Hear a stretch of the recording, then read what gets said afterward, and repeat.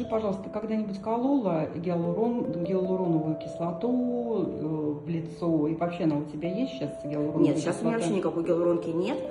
Вот много лет назад, еще до знакомства с Екатериной Игоревной, конечно же, все мы как обезьяны вот бежали, срочно кололи какие-то биоревитализации, вот эту всю чушь вообще. Ходили в каких-то этих жутких папулах, гиалуронку. Но я, слава богу, быстренько от всего этого отказалась, потому что поняла, что зачем тратить деньги, если это не дает эффекта. Хотя все обещают. То есть я хожу 3 дня вообще как урод, ко мне говорили, потом ты будешь красавицей. Красавицей я такой не становилась.